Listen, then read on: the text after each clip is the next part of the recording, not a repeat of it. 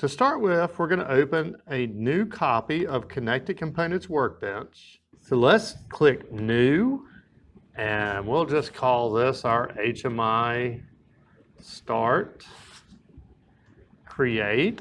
And then typically in our videos, we've been going to controllers and selecting a Micro 820 or a Micro 850.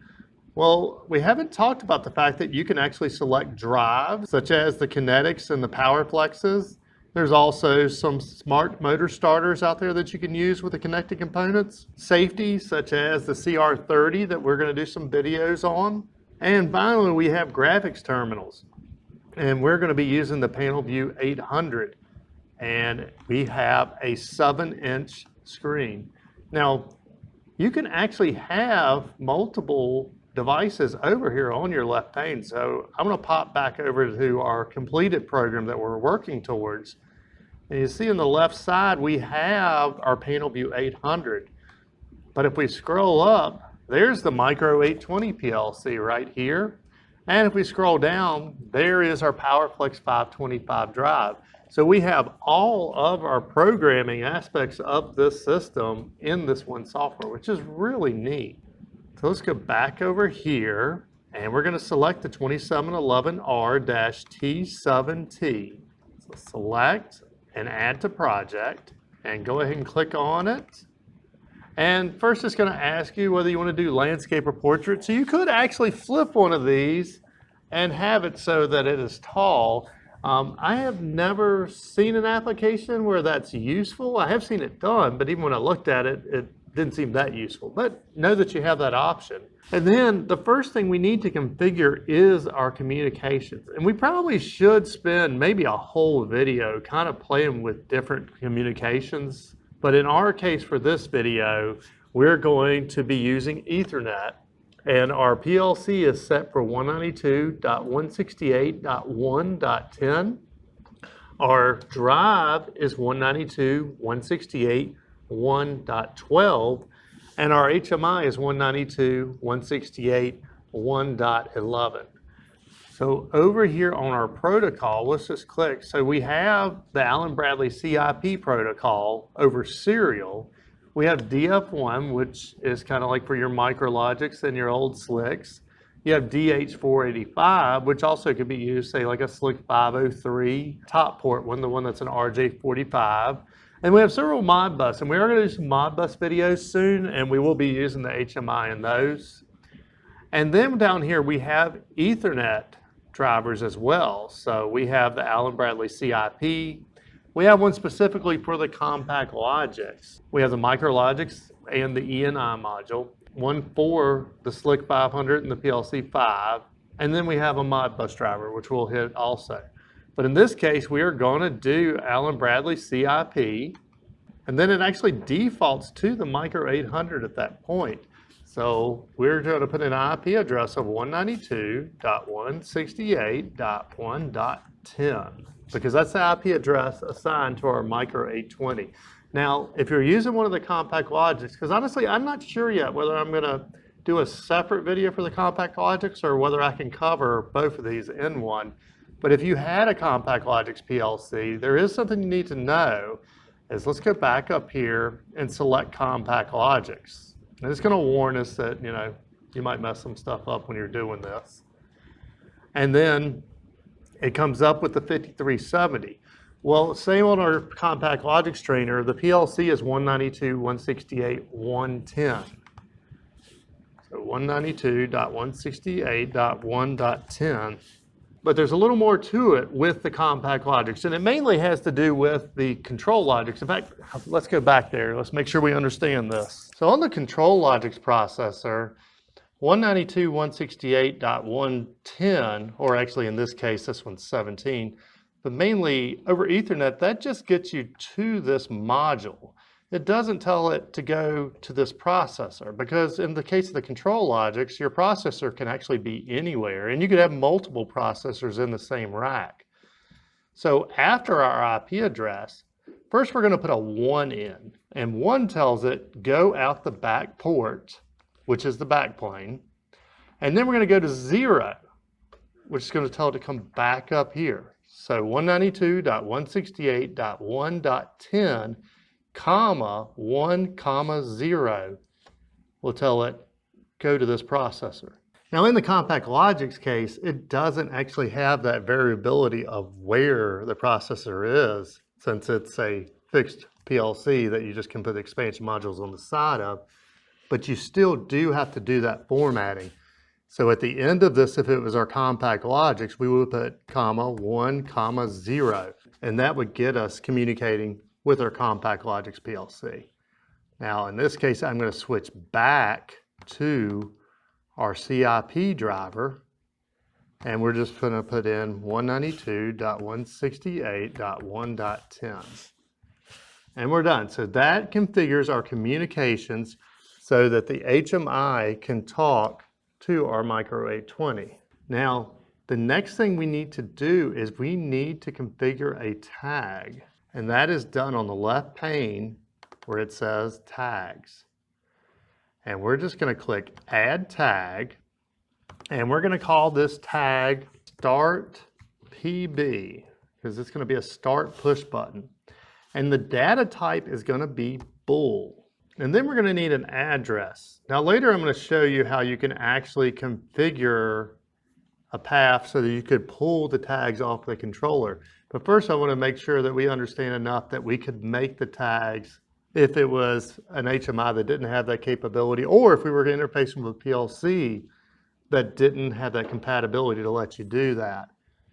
So our address is going to be start, and then we need to select our controller, which is PLC. So first let me show you over here in Connected Components Workbench in our finished program, or the one mainly that I have this Micro 820 in. If we go to our global variables, then I have a tag right here called start, and it is type of bool. So what I've done is over here, I have typed that exact text that is the tag over here in our PLC programming. So just to recap, our tag name right here is internal to the HMI. It has nothing to do with the actual connection to the PLC. And then the data type here is important. It has to match what is in the PLC. So if I put a data type here of 16-bit integer and I address that start Boolean tag, it will not work. So that needs to match what is over here in our PLC program. And then this tag name right here, which in our PLC program is start, needs to match what we have in the address. And finally, we select our controller, because we could have multiple controllers, and probably later on we will. We'll probably add a few PLCs to this, just so you could see that you could read multiple PLCs from a single HMI. So now we're ready to actually create something in, well, no, we're not. We have a start button. Let's make a stop button. Over here in our program, we already have this tag right here, which is stop. So let's just add another tag, and we'll call this stop PB. It's going to be a Boolean, and its address is stop, and we're going to be using, well, the only controller we have configured in this. But okay, there's a good start on our program. So let's make some buttons now. So we're going to double click on screen 1, and this is what it's going to come up looking like by default. So the screen is white. Now I'm not going to get into how you should make a screen look. We may go into a little bit of, hey, here's some, ideas, or, steer away from this, or here's something you should do. But I don't want to get a lot into the weeds of, how you should design a screen, because there's a lot of different schools of thought on that. Now, the one I will say, and I'm sure somebody will disagree with me in the comments on this, is do not do a monochrome screen. We have color now, guys, and color can tell lots of things. You can use the color red to say something's really bad. You can use the color yellow to kind of warn somebody. You can use the color green to say things are good. You can use the color gray so people kind of glaze over it and they know it's not that important. But when you just have black and white, you leave out a lot of opportunities to interact with the operator or to tell them what is going on. So maybe you like the white background, and that's fine. Mine though, we actually use the TW Controls blue. And I don't have to change on every screen, and this probably is important to show, is instead of trying to change this screen's background, first let's go and double click on screens. And right here you have screen settings, background color. Well, this will set the background for every other screen that you create. And in our case, we use this 7DA2D6 color. And that is a hex code that is used to determine colors. And you can actually Google that and find that out. Let's go ahead and show that. So let's just go to Google and just type HTML colors. And you're going to see lots of links out there of how to find colors. And from here, you can pick any color you want. Now guys, I have no sense of style or colors. You can ask Amber, but let's just say that that right there is the color that we're looking for. Well, it gives us the color code in HTML of it, which is DEFF33, but also it gives us the RGB color code. And that's what we're actually going to have to select to make a custom color. So that's going to be 222, 255, and 51. So let's go back over here and let's select the background color. We're going to want more. And we're going to define a custom color, which is 222, 255, 21. Yeah, but this is just an example. I'm sure I'm not going to stick with this color. So we're going to add that to our custom colors. And we'll select it. Okay. And so now we have this for a background color. Now that only does new screen. So see, it's going to keep the old one. I right click, and if we add new screen, then that's going to be our background color now. Now I really don't like that color. So I am going to delete that screen, and I'm going to go back here, and we're going to change that to TW Controls blue. So now if I add a new screen, it's going to come up with that for a color. Now still that first screen is white because it doesn't change your previous ones. But going back there, there's a few other important things. If you always decide that, your font is too small, which I think the default font on this is, you can change that default font. And I would strongly recommend that you do that. That way you have consistency, because that's one thing I don't like, going up to a screen and some things are big, some things are small. I mean, try to be consistent. So we'll just make that 30. All right, and now we're going to go into our screen. And first, let's change that background color. So properties, and right there is our background color. So if we select it, I can use my recent color. So we can either use that ugly yellow that I selected, or we can use the TW Controls blue, or you can use whatever you chose. Now, if you notice, right now I've got these scroll bars here because I've got the properties out and everything, and I'm on a laptop, so there's not a lot of room to develop. But if you right click, you can zoom out and zoom in. So I'm going to zoom out in there. Now we can see our whole screen.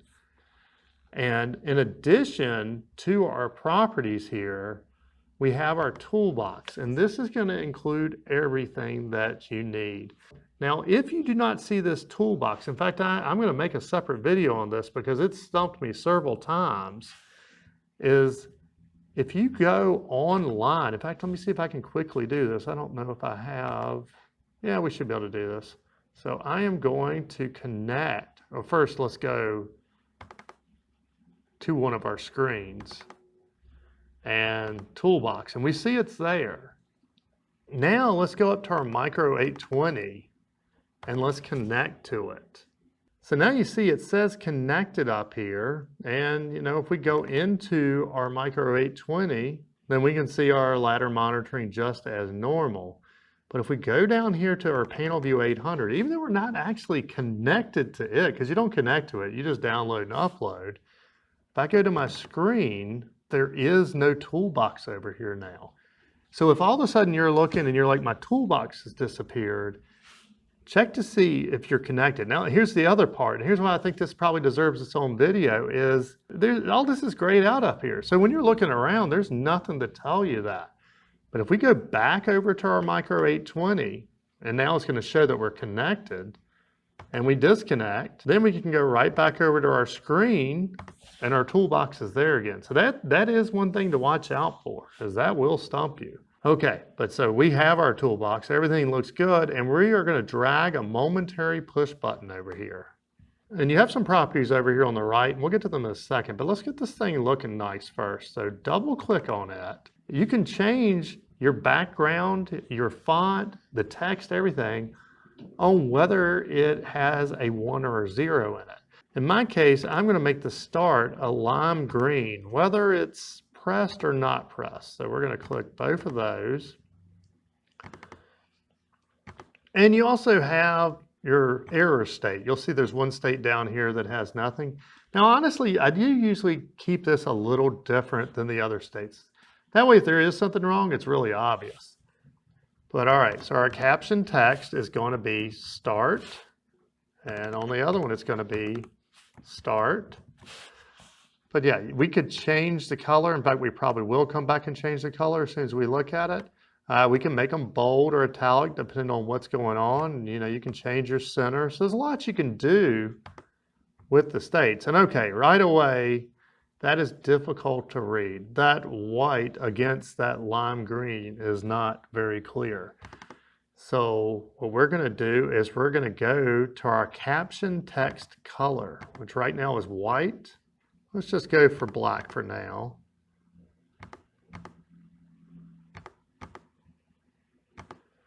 Okay, and that looks decent. So there's our start.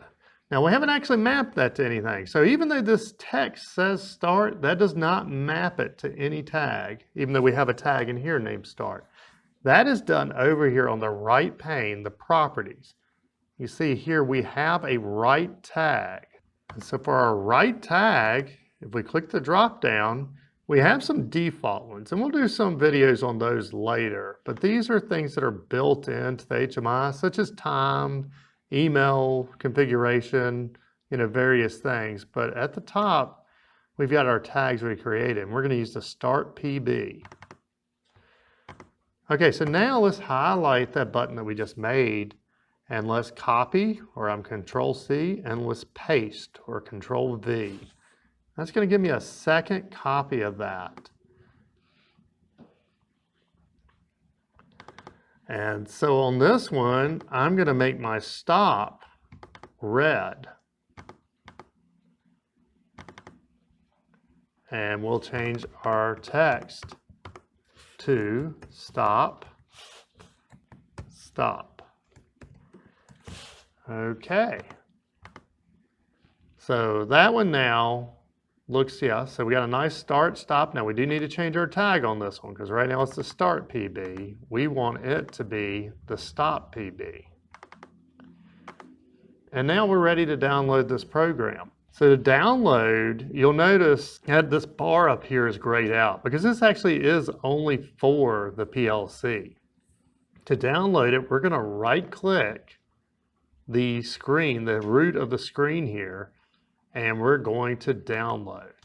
So we'll open up our Ethernet just like we would looking for a PLC. We'll find our HMI and we're going to download. Now I'm going to go ahead and just, somebody will probably get confused in the video. I told you 10, 11, and 12, and that is how our trainers are done. But I have another trainer set up for another video that already has those IPs on it. I didn't want to change all that. So even though mine says 16, that is the 11 that would normally be configured. Okay, so a little bit of difference though. Normally it asks you whether you want to go from run mode to program mode. In this case, we're going to need to stop the loaded application. So watch the screen here, and I'm going to hit the yes button. And you see it's going to start unloading the application. Now sometimes, and it did just happen to happen, is sometimes it takes too long to unload the screen. So you see down here it says unloading application timeout, file download failed. And it's just because it took a little longer than it should. And there's probably a setting I could change on that. But mainly we're just going to right click it again and download a second time. Because mainly now the application is unloaded, and see right away it says a file with that name already exists, overwrite. And yeah, I'm going to overwrite that file. And then application successfully downloaded. start the new application. So what that's going to do, it's going to do the same thing as if you went to the config screen and hit the run button on the program. That's what we're doing here. So it's going to come up. Okay, and yeah, all right, we have pretty much our blank screen with just a start and a stop. So let's see if it works. I press the start button. All right, our motor's going to start. I press the stop button and it's going to stop. Now, I did add a few things to everyone who's following from the user-defined function block. I did add a few things to this program. Let me show you those. So if we go over here, they're real simple. So here's the user-defined function block that we used to control our drive over Ethernet. And what I've done is first, I'm moving the bus voltage to a global tag. I'm moving the PowerFlex output voltage to a global tag. And I'm moving the PowerFlex current to a global tag, because those were in local tags in our example program. And then I've added a few basic rungs up here. Mainly, I've added a rung that if that start global tag is a 1, then the PF start is a 1. And if the stop is a 1, then the PF stop is a 1. And those are the ones in the previous video that we used for our start and our stop.